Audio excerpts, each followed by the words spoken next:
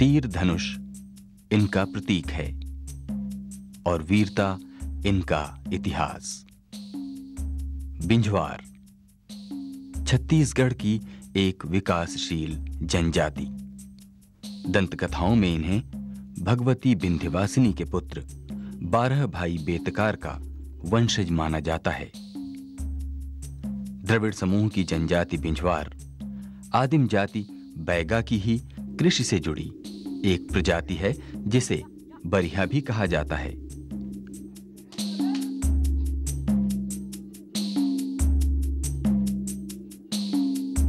हमारे बरिहा समाज किष्किंधा लम्फागढ़ से उत्पत्ति हुए हैं। सुग्रीव के बच्चा दधिबल हुआ, वैसे होते होते 12 भाई बेटकार आखिरी में बने। 12 भाई बेटकार आ करके घूमते घामते विंध्यवासिनी को उन लोग साथ में लेके आए और जैसे वीर माटी मलदा में उन लोग बसवास किए और वहाँ वो देवी के प्रतापशाली से उन लोग पदमपुर में राजा बने और राजा बनते हुए आजकल हम लोग बरिहा समाज उधर दक्षिण से आते आते हम लोग इधर बितर होकर के इधर बसवास किए हैं। सतपुड़ा पर्वत श्रृंखला की अमरकंटक और मैकल पहाड़ियों से घिरे बिंझवारों के गांव छत्तीसगढ़ के महासमुंद, रायपुर, बिलासपुर और कोरबा जिले में फैले हुए हैं। महानदी के अगल बगल के इस इलाके में कभी बिंझवारों की जमींदारी हुआ करती थी। छत्तीसगढ़ में बिंझवार जाति वीरता के लिए विख्यात रही है और उसी वीरता के कारण इनका जो इतिहास के पृष्ठों पर स्थान बना उल्लेखनीय है। राम राय जमींदार सोना खान के, जिन्होंने 1818 और 1820 में, जिस समय छत्तीसगढ़ में मराठा और ब्रिटिश नियंत्रण की स्थापना का उल्लेख मिलता है, उस समय इन्होंने विरोध किया था। ये दोनों राज्य का विरोध किया था और अपनी स्वतंत्रता को इन्होंने एक प्रकार से कायम रखी। बिंझवार जनजाति का इतिहास रतनपुर के इन पुराने मंदिरों और उसके अवशेषों के साथ जुड़ा हुआ है। तब यहां कलचुरी राजाओं का शासन था। बिंझवार युद्ध कला में निपुण थे। उनकी वीरता से प्रभावित होकर रतनपुर के राजा ने बिंझवार जाति के बिसई ठाकुर को 300 गांव दिए थे और सोना खान जमींदारी की स्थापना हुई थी। जमींदारी की इसी कड़ी में वीर नारायण सिंह बिंझवार का नाम आता है। छत्तीसगढ़ में ये प्रथम आदिवासी शहीद थे 1857 के विप्लव में और इसके पश्चात अन्य इनके अनुयायी ये 17 लोगों को फांसी दी गई थी 1857 की क्रांति में। तो उस दृष्टिकोण से हम देखें तो महानदी की घाटी और छत्तीसगढ़ की माटी के प्रति समर्पित भाव से जिस व्यक्ति ने अपना सर्वस्व अर्पण किया, उसमें नारायण सिंह बिंझवार के योगदान को हम विस्मृत नहीं कर सकते। आजादी के बाद रायपुर में शहीद वीर नारायण सिंह की स्मृति में एक शहीद स्मारक बनाया गया और एक डाक टिकट भी जारी किया गया। तब से न जाने कितना पानी महानदी में बह गया।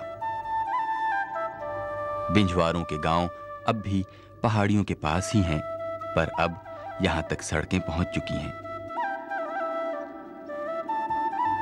गांवों का स्वरूप भी बदल गया है। बिंझवारों के गांव में कई अन्य जातियां भी साथ साथ रहने लगी हैं।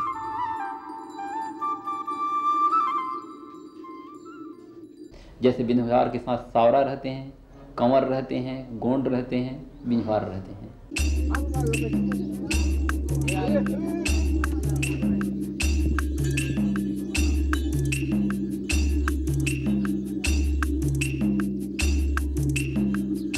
ये एक बिंझवार जाति का घर है। बीच में खुला आंगन और तुलसी का चौरा।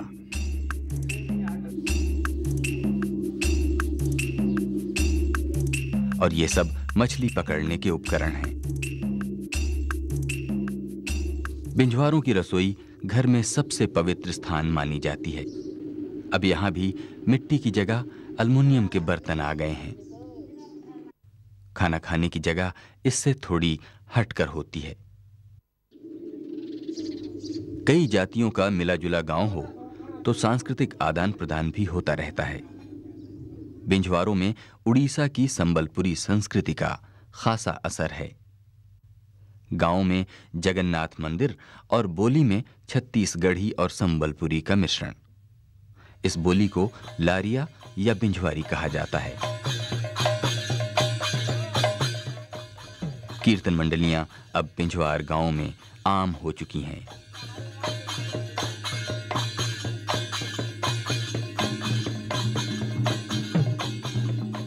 लेकिन भगवती विंध्यवासिनी की पूजा बिंझवारों की अलग से पहचान कराती है।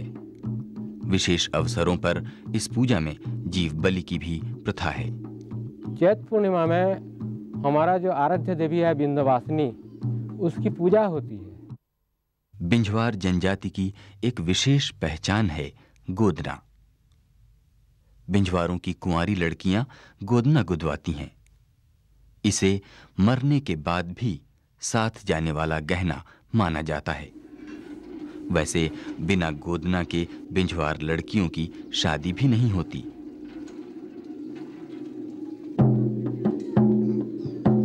बिंझवारों का दूसरी जातियों के साथ खान पान तथा शादी विवाह का संबंध तो नहीं होता, लेकिन उनसे संबंध जोड़ने की एक विशेष प्रथा है जिसे मितान बदना कहा जाता है।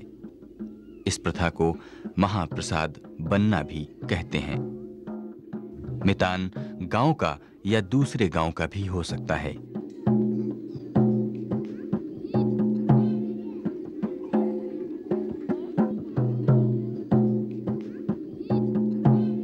जब महाप्रसाद बैठते हैं तो उनके घर वाले और हमारे घर वाले एक हो जाते हैं और हम दोनों एक ही माँ के बेटे जैसे मतलब हो जाते हैं और उनके साथ भाईचारा का संबंध रखते हैं।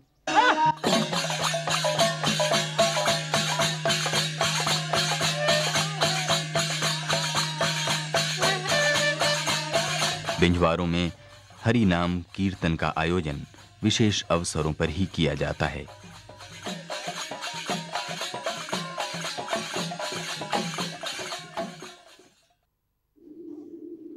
अच्छा, तो यहां बच्चे का जन्म संस्कार हो रहा है।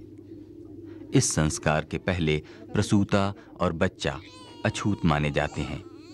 उन्हें अलग कमरे में रखा जाता है। छठी के दिन शुद्ध करते हैं। नदी तालाब में तेल साबुन लगाकर माँ नहाती है। उसे घर लाते हैं। बच्चे का सिर मुंडा जाता है। मायके से लोग आते हैं, कलश बैठाते हैं। बुआ ही बच्चे को सबसे पहले पकड़ती है।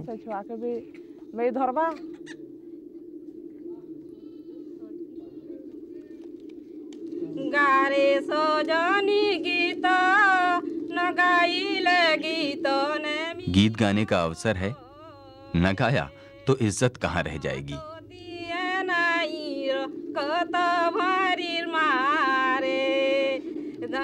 सचमुच लड़का हो या लड़की, बिंझवारों में इस अवसर पर खुशी कम नहीं होती।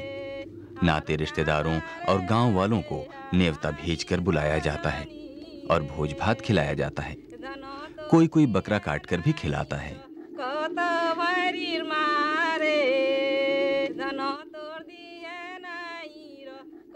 बिंझवार जनजाति में अभी 3 दिन तक माँ का दूध नहीं पिलाते हैं बच्चे को। ये इन लोग की मानसिकता बहुत खराब है। जब पैदा होते ही 1 घंटे के बाद माँ का दूध देना चाहिए, लेकिन वो 3 दिन तक वो लोग माँ को खाना भी नहीं देते और बच्चे को उसका दूध भी नहीं देते। बिंझवार की बात नहीं है, अधिकतर आदिवासी एरिया में उन लोग शुरू मदर का दूध नहीं पिलाते हैं और उनका ये कहना है कि उस समय दूध गाढ़ा होता है और वो बच्चे के लिए नुकसानदायक होता है। पहले से बहुत फ़र्क आया है। अभी लोग को जैसे टीकाकरण के लिए जाती हूँ, वैक्सीनेशन के लिए कैंप लगाते हैं, तो जैसा अभी यहाँ कैंप लगाया तो कुकड़ी काली दर्रा यहाँ से 2-2 किलोमीटर है और सब बच्चे आ जाते हैं। एक बार सिर्फ खबर करना पड़ता है और सब बच्चे उपस्थित हो जाते हैं। पहले सुई वगैरह कहाँ था इतना, अब सुविधा हो गई तो हम लोग लाते हैं सुई लगाने। और इके बाद आनो छ सूजी लगे। जान दो साहब, जान दो। वाह, क्या खेल है। बच्चे बड़े हो जाते हैं तो खेलते रहते हैं या घर के काम में हाथ बटाते हैं।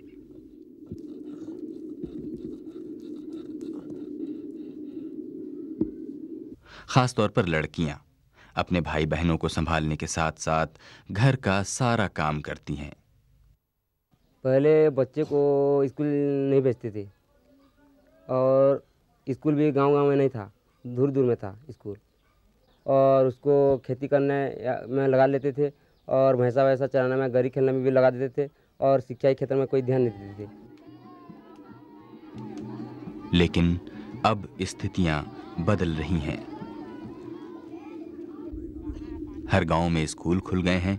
सरकार से जनजातियों के लिए विशेष सुविधाएं भी दी जा रही हैं।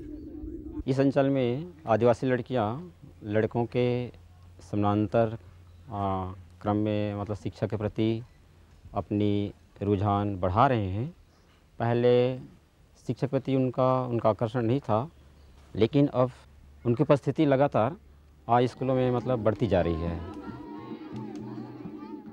गवर्नमेंट द्वारा कई प्रकार के उन्हें सुविधाएं दी जाती है, जैसे स्टाइपेंड है और इंदिरा सूचना शक्ति के तहत उन्हें निःशुल्क कंप्यूटर शिक्षा भी दी जा रही है।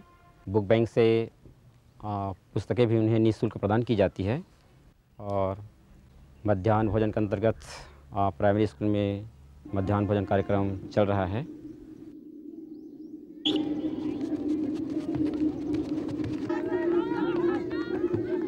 बदले हुए माहौल में बिंझवार लड़कियां लड़कों के साथ आगे बढ़ने लगी हैं।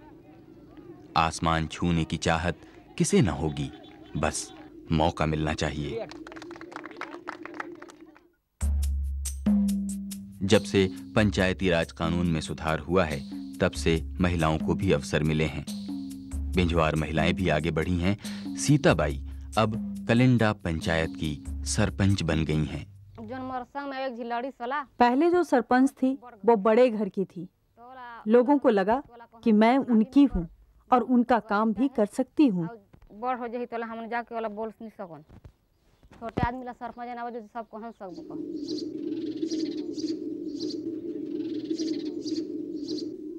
छत्तीसगढ़ को धान का कटोरा कहा जाता है। बिंझवारों का मूल आर्थिक आधार भी धान की उपज ही है। लेकिन बिंझवार जनजाति कृषि के मामले में अभी भी पिछड़ी हुई है। पहले ये लोग जंगल काटकर झूम खेती करते थे, तब जमीन की कमी नहीं थी, लेकिन अब स्थितियां बदल चुकी हैं। जमीन तो ज़्यादा नहीं है, थोड़ा थोड़ा है, और पहले था, अभी नहीं है। पहले 60-70 एकड़ का किसान थे, तो अभी 7 एकड़ का किसान बन गए हैं। पहले ज़माने में जो हमारा पिता पूर्वज लोग थे, महुआ दारू पी के खा पी के सब बेच भाल दिए थे। अभी ज़मीन ज़्यादा नहीं है, धान ही फसल होता है। अब जो रबी फसल है वो मूंगफली थोड़े थोड़े लेते हैं, सब धनिया पत्ती लेते हैं, सब थोड़ा थोड़ा सब्जी के लिए फसल लेते हैं।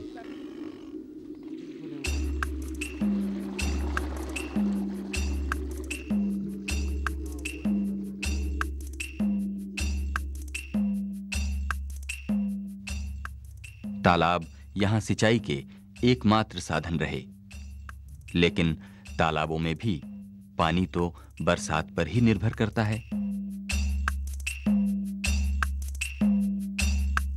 इधर इस जनजातीय इलाके में सिंचाई के लिए कई बांध और नहरें बनी हैं।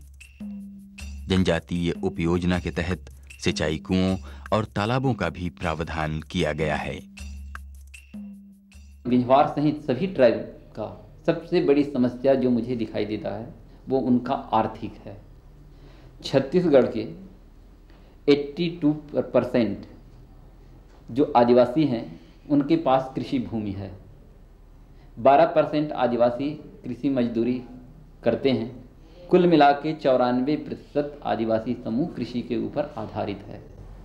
वैसा अधिकांश बिंझवार क्षेत्र अभी असिंचित ज़्यादा है, लेकिन जो भी सिंचाई सुविधा उपलब्ध कराई जाती है उसके माध्यम से पूर्व की अपेक्षा उनमें जो धान की खेती है, अन्य खेती है, उसमें उत्पादन कुछ बढ़ रहा है।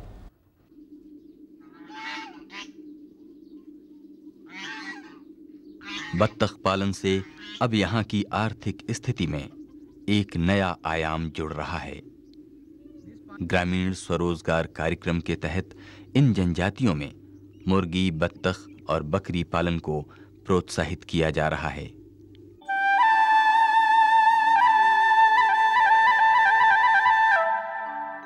बिंझवारों के जीवन में कभी इन वनों का बड़ा महत्व था। वो इनमें शिकार करते थे, वनोपज इकट्ठा करते थे, लेकिन अब ये वन भी उजड़ रहे हैं। जितना पानी गिरता है जंगल में हमारा तालाब को आता है, पूरे पानी तालाब में भरता है और पूरे खेत में सिंचाई हो रहा है। जिस समय राहत कार्य खोला था उसी समय भी हमारा यहाँ थोड़ा धान फसल मिला था। हमारा जंगल के लिए हमारा यहाँ धान का उपज कभी कमी नहीं होता है। और यहाँ समिति भी बना है जंगल रखवाला करने के लिए, और जो भी लाते हैं जलाऊ लकड़ी, जो झीटी पूरी जो पड़े सड़े वैसे को लाते हैं। वैसे तो गांव भर में एक एक आदमी लिए हैं जंगल डिपार्ट वाले, बाकी जंगल जोगने भी जाते हैं। बाकी हम लोगों का कोई उसमें हमको अधिकार दिया नहीं गया है। नियम तो बनाए हैं कि जो भी जंगल से कुछ लाता होगा उसको पकड़ने से 30% अब समिति खाता में जमा करने के लिए। बाकी आज तक कोई एक पैसा भी जमा नहीं है। लेकिन प्रकृति से संबंध तो जीवन संस्कृति में शामिल है। बिंझवारों के कर्मा पूजा में इसी की झलक मिलती है। कर्मा का त्योहार दशहरे के दूसरे दिन एकादशी को होता है। करम डाल काट कर लाते हैं, गाड़ते हैं और पूजा करते हैं। पूजा करते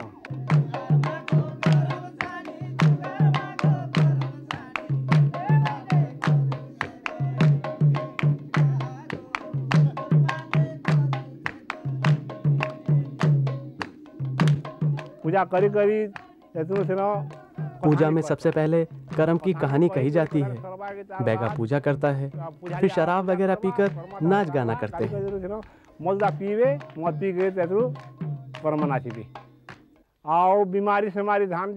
इसमें हम मानते हैं कि गांव में बीमारी आदि जैसे चेचक, खसरा वगैरह ना हो।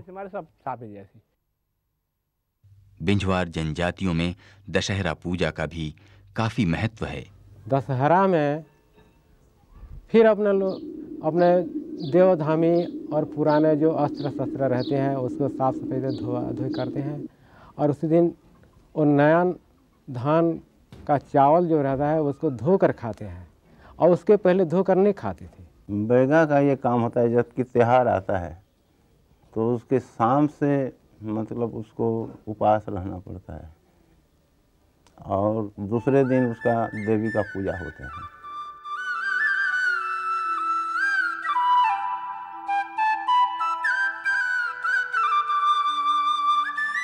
बिंझवारों में नुआखाई अर्थात नवान्न का भी विशेष महत्व है। नई फसल के साथ साथ घरों की साफ सफाई का काम शुरू हो जाता है। ये एक तरह से नई फसल का सम्मान है।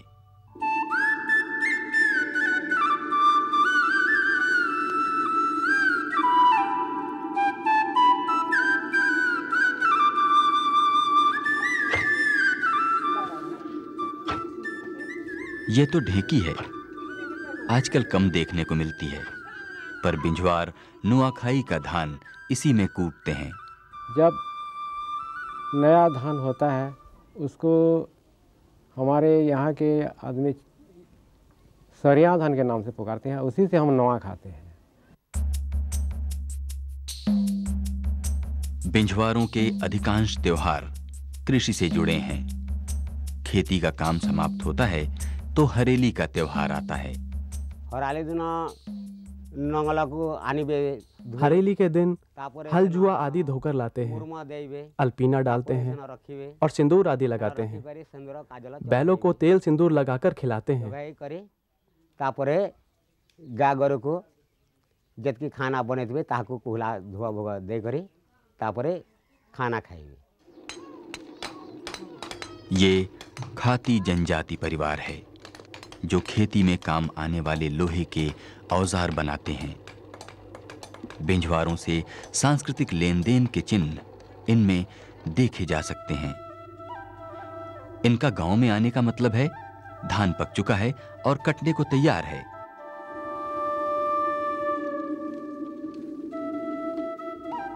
खेत की फसल घर आ चुकी हो तो व्यस्तता भी बढ़ जाती है। बिंझवारों में धान मिसाई का ये पारंपरिक तरीका है।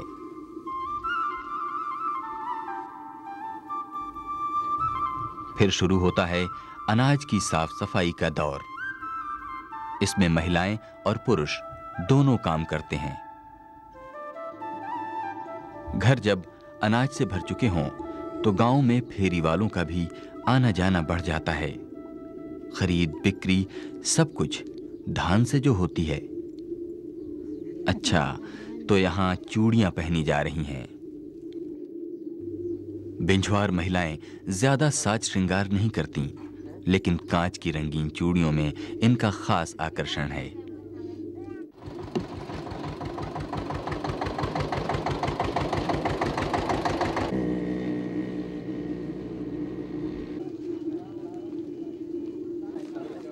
इन दिनों में ग्रामीण हाटों में भीड़ बढ़ जाती है। बाकी दिनों में भी बिंझवार इन्हीं ग्रामीण हाटों में खरीद बिक्री करते हैं।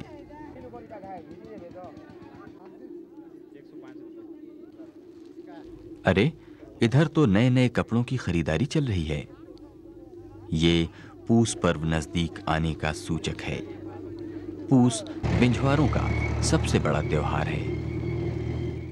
फुसपुनी त्योहारटा फुसपुनी दिने मनोआमे बछर को घाय सेटा हमर चासी मनकर त्योहार। पूस का त्योहार हम लोग पूस पूर्णिमा को मनाते हैं। साल का सबसे बड़ा पर्व है हम किसानों का। उस दिन चावल का पीठा बनाते हैं, मुर्गा और बकरा काटते हैं, नए नए कपड़े पहनते हैं। सुबह सुबह नहाना होता है उस दिन। सभी धूमधाम से मनाते हैं। सब परिवार बसी करी हमें खाना पीना करसु और से त्योहार मनासु। माघ महीने से शादी ब्याह का मौसम शुरू हो जाता है। बिंझवारों में लड़की तलाशने का जिम्मा लड़के वालों का ही होता है। यहां तो विवाह की तैयारियां चल रही हैं।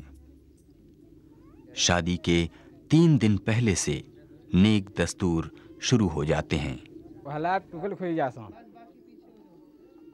सेना पसंद होला ताहले सेमना ने घर देखी आसन पिला हर के घर देखी आले तारबे ना कुंगा कम करी। पहले लड़की पसंद की जाती है, फिर लड़के का घर देखा जाता है।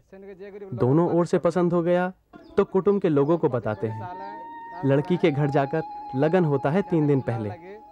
पहनना ओढ़ना जाता है। 3 दिन पहले से गोंसा मंगला करते हैं। लड़के की भाभी या कोई और सुहासीन होती है।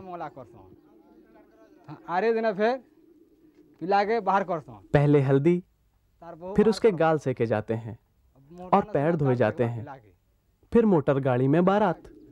गाड़ सेके साला सेना ताले गुड़ धीने पिला के गुड़ धी गिरे ताले पिला के मोटर थीन बसे के बारात ने भी। बिंझवारों की शादी में महुए की डाल और तीर का विशेष महत्व है। लड़की के घर भी कुछ ऐसा ही नेक दस्तूर चलता है।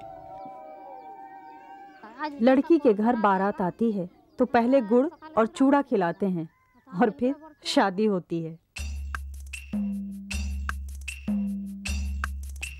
बिंझवारों में तिलक दहेज की परंपरा नहीं है, लेकिन दूसरी जाति में विवाह को समाज मान्यता नहीं देता। जैसा कि दूसरे जात के लड़की को हमारे समाज में अगर कोई रखता है तो उसको कहते हैं परछी खाले रहना कहेंगे, यानी समाज से थोड़ा दूर रखते हैं उसको। जैसा कि समाज में वो खा सकता है, समाज में रन्नी बन्नी सवारी काम नहीं कर सकता, और कोई समाज के ऐसे सांस्कृतिक काम में भाग नहीं ले सकता, खाली जाकर वहाँ खा सकता है।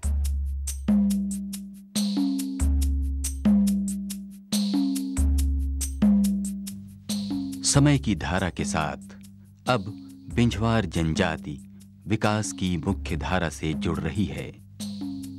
उनके जीवन स्तर, रहन सहन और संस्कृति में भी बदलाव आ रहे हैं।